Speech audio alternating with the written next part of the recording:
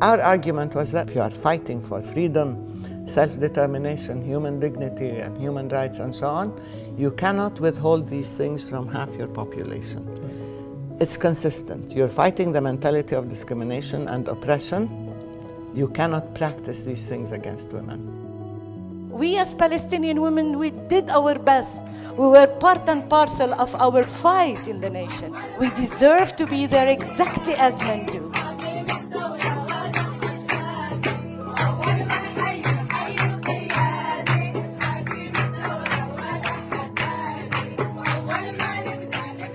We at We Am believe that women have played a pivotal role in Palestinian politics. In many cases, women have had to overcome difficult obstacles, challenging conventional social norms and breaking long-standing stereotypes to assume important political roles. In this short documentary, we tell the stories of two remarkable women who carved out a place for themselves in Palestinian political life, and in doing so, continue to inspire the next generation of young women to claim their rightful place at the decision-making levels. We Am is proud to count these extraordinary women among our success stories and proud to reaffirm our long-standing commitment to empowering women's rights and promoting gender justice in Palestine.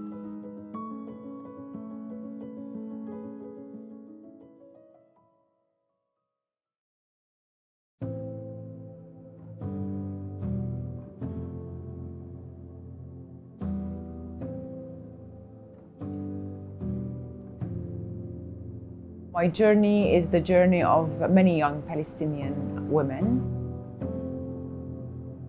I was born and raised in a refugee camp in the Bethlehem area called Aida. And I was a little girl with big dreams. I wanted to become a diplomat.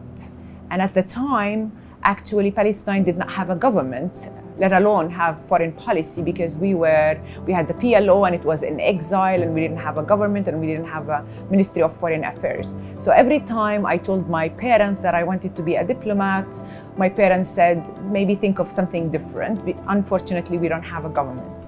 But I've always thought that I will be a Palestinian diplomat. For me, this position is not a job.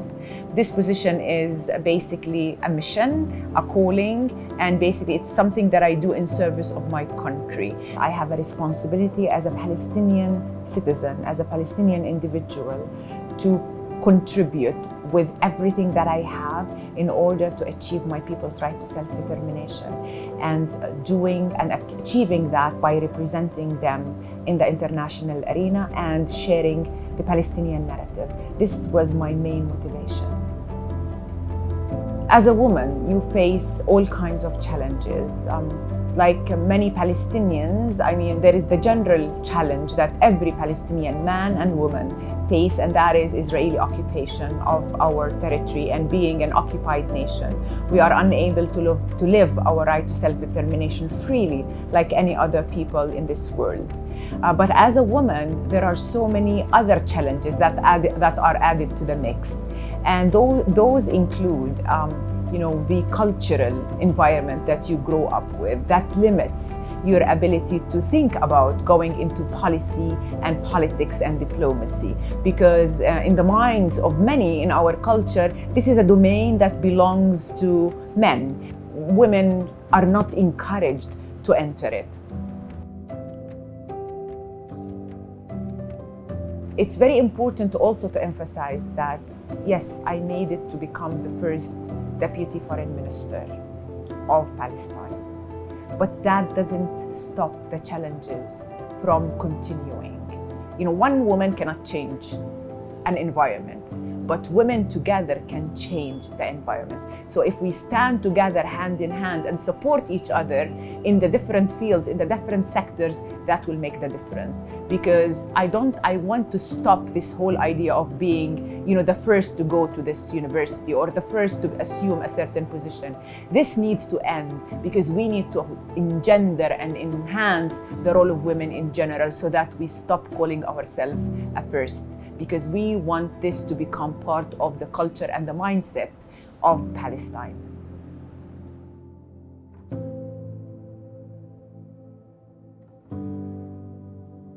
If women are included in peace processes, the solutions, the settlements are more durable.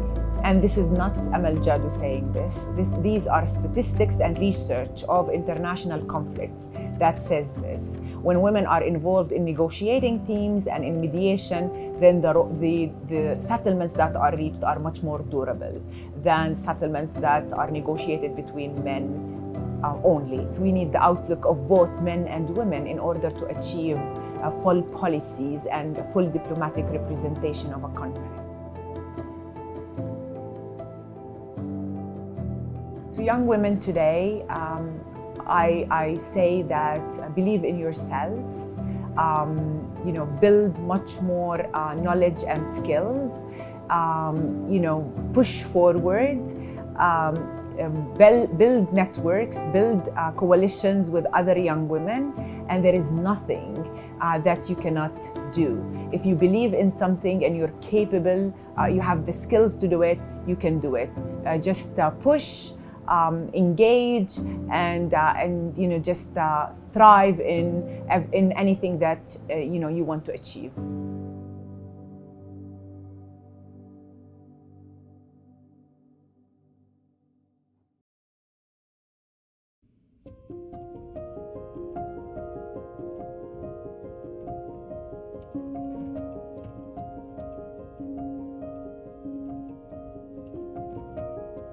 I'm a mother of 3, a boy and 2 girls. I have PhD in architecture and preservation of cultural heritage. I'm an ex-politician as Minister of Tourism and Antiquities and Minister of Women's Affairs in Palestine. I'm an ex-diplomat, ambassador of Palestine in Germany. And today I'm back to leading the Bethlehem Development Foundation. Theoretically, in Palestine, it's embedded in the legal framework that women and men have the same rights. But that doesn't mean that women have their full rights or that we reached in Palestine to achieving equality between men and women, because even if there is a political will to do so, it needs a parallel track to educate the people, to work with the society, to work with men and women in order to raise awareness for the necessity of reaching into equality, because without the contribution of half of our society in the process of the nation building, then we will be poor. So it's a comprehensive process which should encourage more women to be influential. It's not only that we should increase the number of women in leadership positions, it's about how to empower them to make a difference, how to empower them to make a positive change. And this positive change is needed because we need to develop a vision of how our Palestinian society will look like. How will we get into democracy, pluralism, accepting the others, accepting the rights of women as part of defending human rights in general.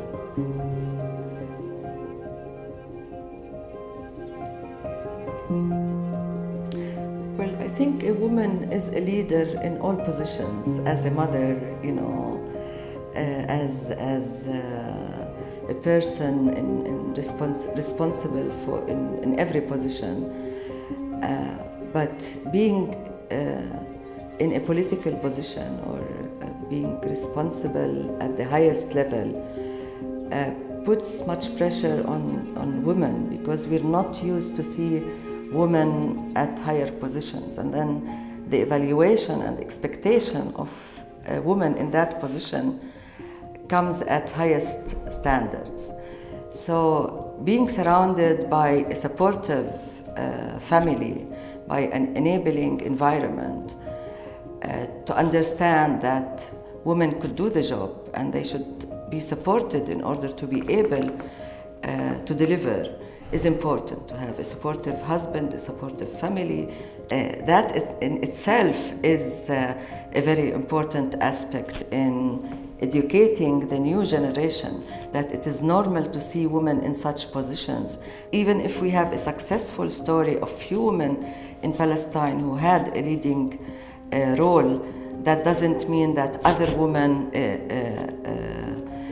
are able to do so, that it is easy for them to do so. So we have to be the voice of all women. We have to increase the support among women in order to make it easier for women to reach into a political position. I cannot give up that there will be one day where we are free, we don't live under occupation. So women will not have all the burden related to the violence of occupation. But I also dream of a society that accepts seeing women in every position, supporting the rights of women. Even if under this challenging context, I think that we are on a good way to make this change, because today actually nobody is questioning access of women to education. So we do have very well educated women, even the percentage is higher than men, but still their share of the labor market is very low.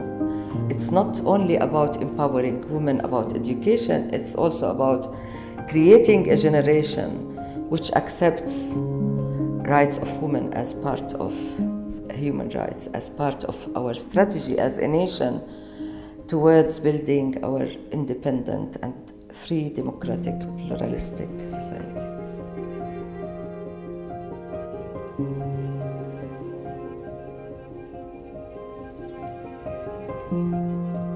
I would encourage all Palestinian women to believe in themselves, that they can lead in any position, that they have to contribute, maybe in a different way as a woman, towards the development of our society, towards introducing a positive change, towards creating models of women leaders, to encourage other young Palestinian women to be more involved in political and economic life in Palestine.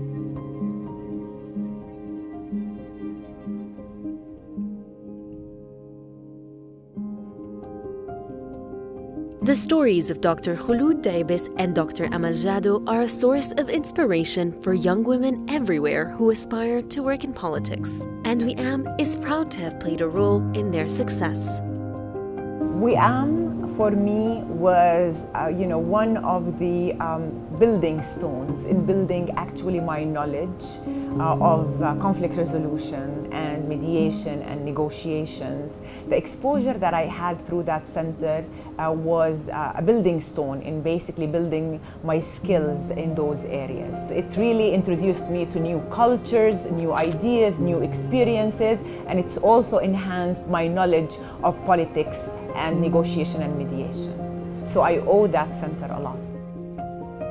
And I appreciate very much their work, the resilience that they kept their good work for so many years. And this gives us hope that we should never give up to work for a better future. Despite the difficulties they have faced in their careers, Dr. Daibes and Dr. Jado have succeeded in challenging stereotypes and in changing society's view of what women are capable of. Their determination and passion will no doubt encourage the next generation of young women to lead and shape the future of Palestine with confidence and determination.